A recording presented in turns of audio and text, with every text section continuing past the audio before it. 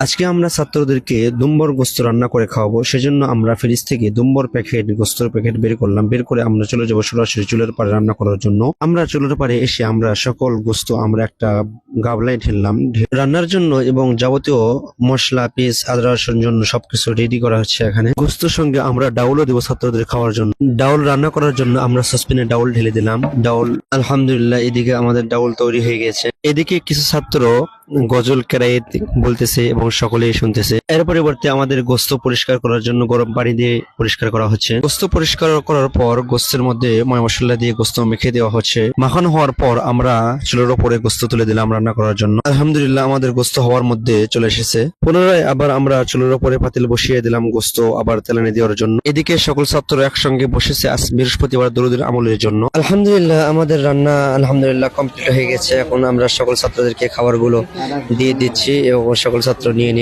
নিজ স্থানে গিয়ে আমরা তাদের খানাগুলো খেয়ে নেবে। আজকের ভিডিও এ পর্যন্ত। সকলের কাছে দোয়ার দরখাস্ত। আসসালামু আলাইকুম রহমতুল্লাহ।